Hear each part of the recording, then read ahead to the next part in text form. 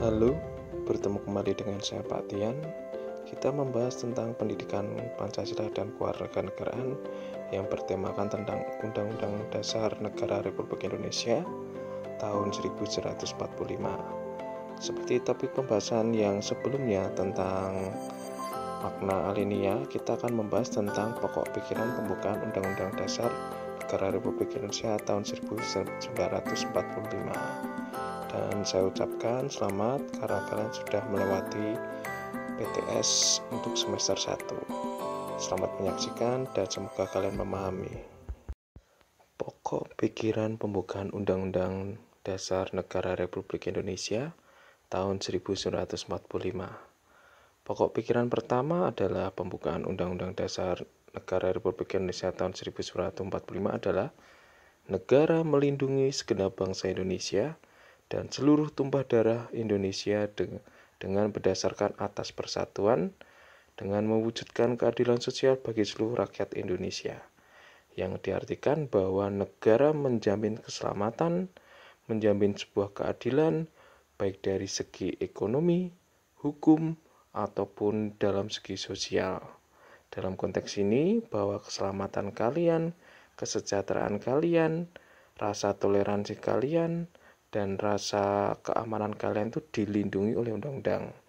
Akan tetapi ada beberapa kelompok yang selalu mengusik nilai persatuan maupun keadilan sosial dengan dasar kepentingan golongan masing-masing. Tetapi ada juga segelintir orang yang ada di Indonesia yang menginginkan tentang keadilan bagi dirinya sendiri. Nah, untuk itu betapa pentingnya rasa persatuan dalam mewujudkan keadilan sosial harus diterapkan oleh pemerintah maupun oleh Presiden Joko Widodo. Karena apa? Karena kita memiliki berbagai macam perbedaan yang terkandung dalam kehidupan kita sehari-hari, baik suku, ras, agama, ataupun golongan. Untuk itu, pemerintah harus menyatukan sebuah kebijakan yang tidak hanya mementingkan golongan tertentu, tetapi harus berdasarkan tentang kepentingan bersama.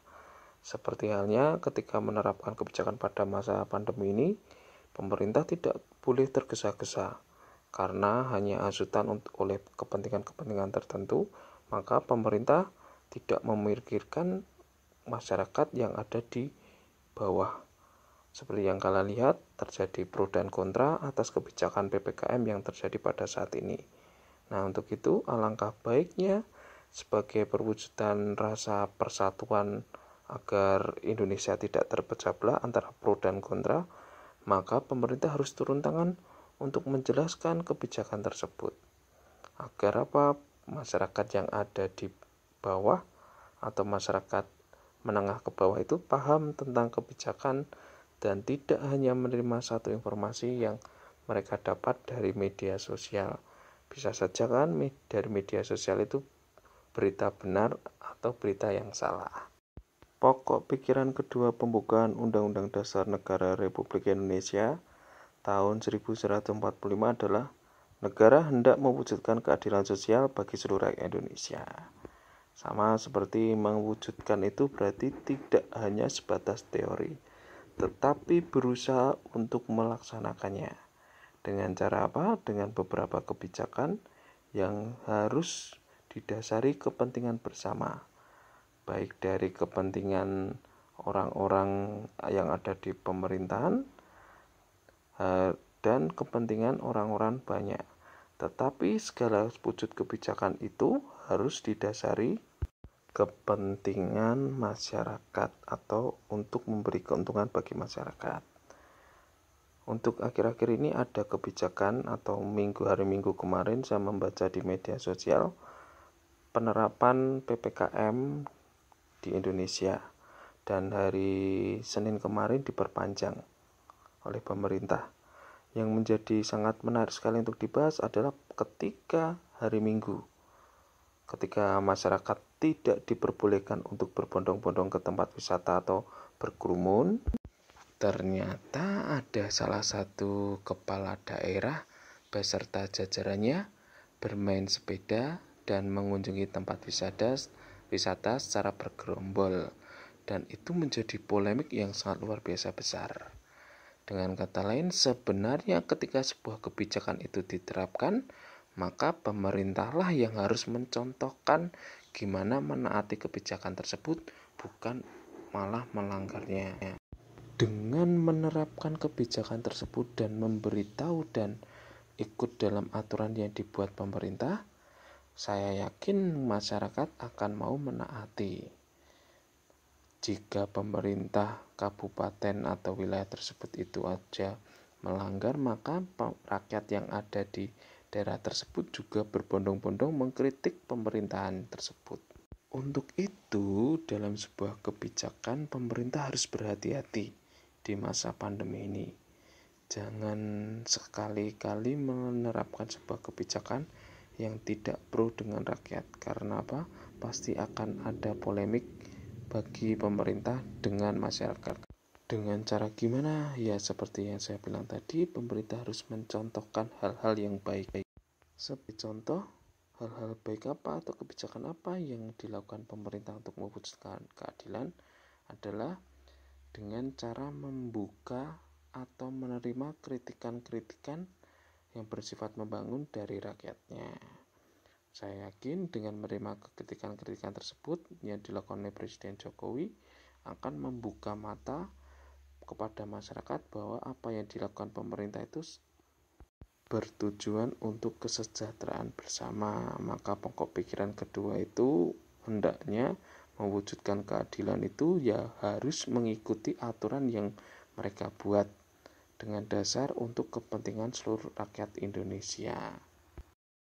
Pokok pikiran ketiga pembukaan Undang-Undang Dasar Negara Republik Indonesia tahun 1945 adalah negara yang berkedaulatan rakyat berdasar atas kerakyatan dan permusatan atau perwakilan.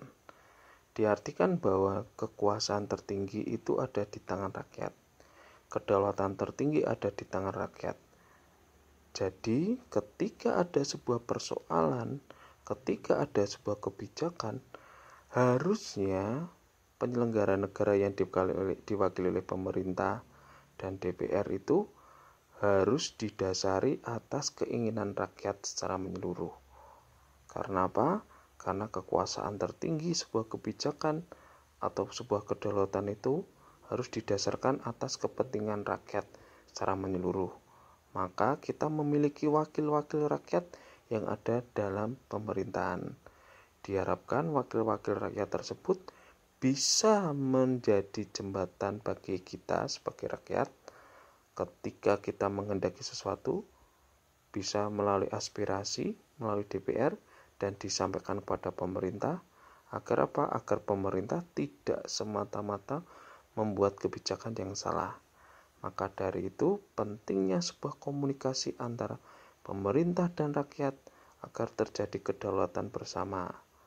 Rakyat bahagia, pemerintah juga tidak dianggap oleh rakyat sebagai pemerintah yang otoriter.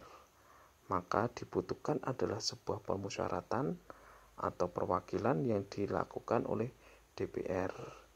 Ketika ini dilakukan, niscaya pemerintah maupun rakyat akan saling membantu untuk menghadapi masa-masa yang sangat sulit, terutama pada masa pandemi ini. Pokok pikiran keempat adalah pembukaan Undang-Undang NRI atau Negara Republik Indonesia tahun 1945 adalah negara berdasarkan atas ketuhanan yang Maha Esa menurut dasar kemanusiaan yang adil dan beradab. Diartikan bahwa kita itu memiliki agama.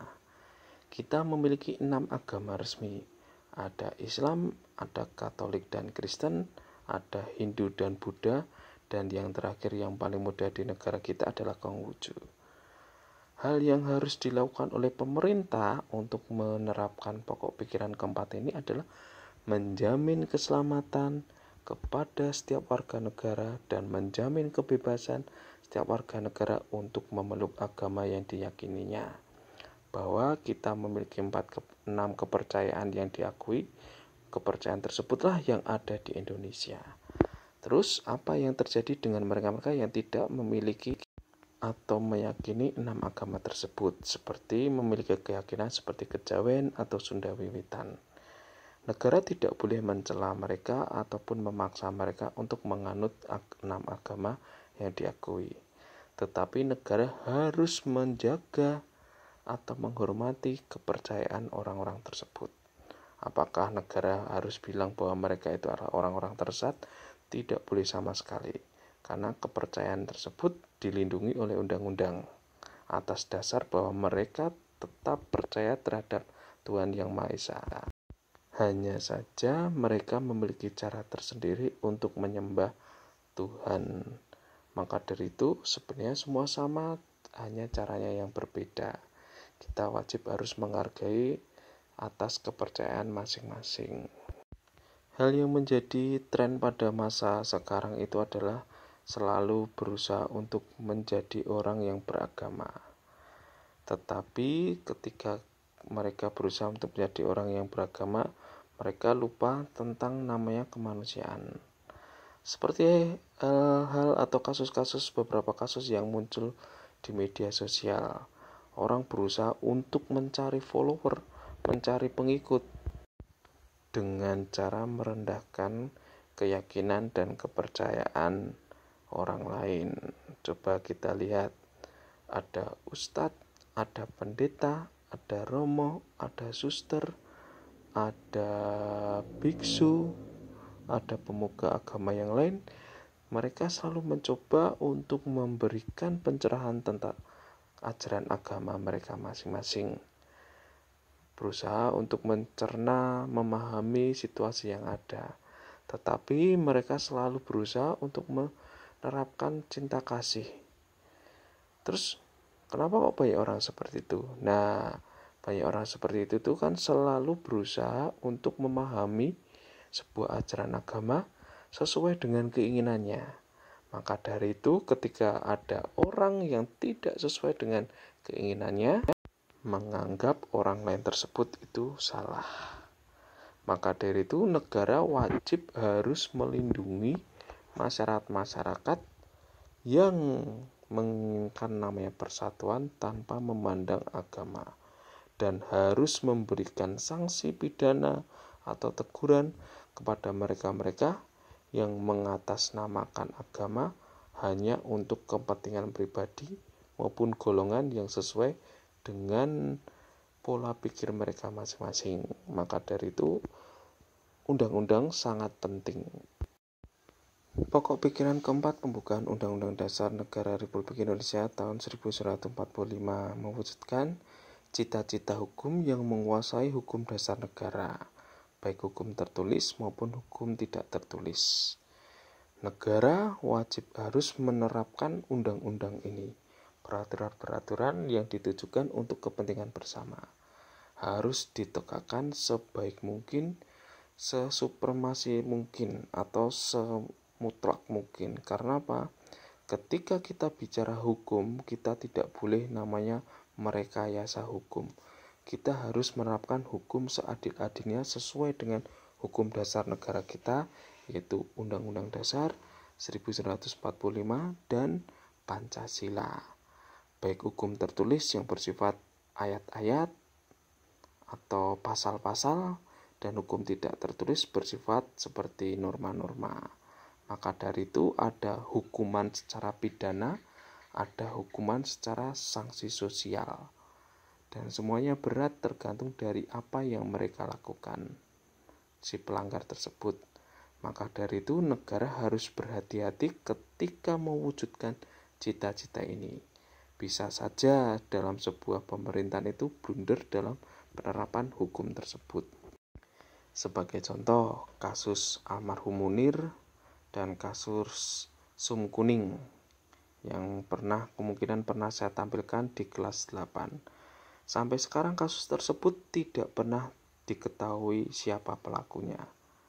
Ketika kita bicara tentang undang-undang, mewujudkan cita-cita yang penegak hukuman yang baik, maka pemerintah harus bersikap tegas dalam perwujudan hukum tersebut. Untuk itu, dalam 2 kasus tersebut pun sampai sekarang, padahal itu sudah puluhan tahun yang lalu, tidak ada kejelasan. Yang kalau di tempat kita yang sangat booming itu adalah kasus wartawan Udin, yang sampai sekarang hampir lebih dari 25 tahun malahan tidak terdeteksi siapa pelakunya. Dan sekarang pun kasusnya sudah ditutup buku karena sudah dianggap kadaluarsa atau sudah tidak bisa diteliti lagi. Untuk itu, dalam pelaksanaan pokok pikiran keempat ini, pemerintah selalu berusaha untuk berkembang agar supremasi hukum itu tetap terjaga dan tidak bisa diganggu-gugat oleh kepentingan-kepentingan dari luar. Nah, pokok-pokok pikiran yang terkandung dalam pembukaan Undang-Undang Dasar Negara Republik Indonesia tahun 1945 merupakan penjelasan dari inti alinea keempat pembukaan Undang-Undang Dasar Negara Republik Indonesia berkaitan dengan keadilan, berkaitan dengan hukum. Untuk itu, saya akan memberikan kalian tugas. Tugas kalian, silakan kalian melihat 3 kasus yang saya sebutkan tadi. Kalian pilih salah satu, apakah kasusnya Munir, atau kasusnya Sum Kuning, atau kasusnya wartawan Udin. Silakan cari videonya, silakan kalian tonton, dan silakan kalian mereview atau berpendapat sesuai dengan keinginan kalian atau sesuai dengan pikiran kalian.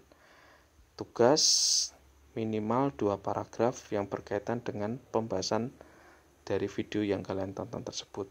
Dan silakan kirim di GC dan kalian kirim sebelum jam 3 sore. Agar tujuan negara terwujud dalam pelaksanaannya, negara harus didasarkan pada suatu dasar politik negara, yaitu negara persatuan republik yang berkedaulatan. Untuk itu, kita tidak boleh merubah dasar negara kita, yaitu Pancasila, merubah dasar hukum negara kita, yaitu Undang-Undang Dasar 1945, kita tidak boleh. Karena apa? Karena itu adalah dasar politik negara kita. Dan kita harus mementingkan persatuan, karena itu adalah wujud dari dasar politik negara kita. Untuk itu, dalam melaksanakan kebijakan, dalam melaksanakan sebuah cita-cita, mewujudkan sebuah cita-cita, harus ada namanya korelasi atau kerjasama yang baik antara pemerintah dengan rakyatnya. Pemerintah tidak boleh mementingkan kepentingannya sendiri, pemerintah harus mementingkan kepentingan rakyatnya agar tercipta sebuah keadilan sosial bagi seluruh rakyat Indonesia.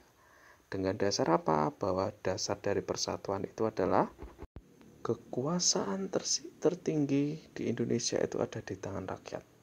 Maka dari itu, marilah kita saling membantu, saling menolong, dan saling bekerja sama dengan pemerintah untuk mewujudkan cita-cita bagi kita sendiri atau bangsa Indonesia.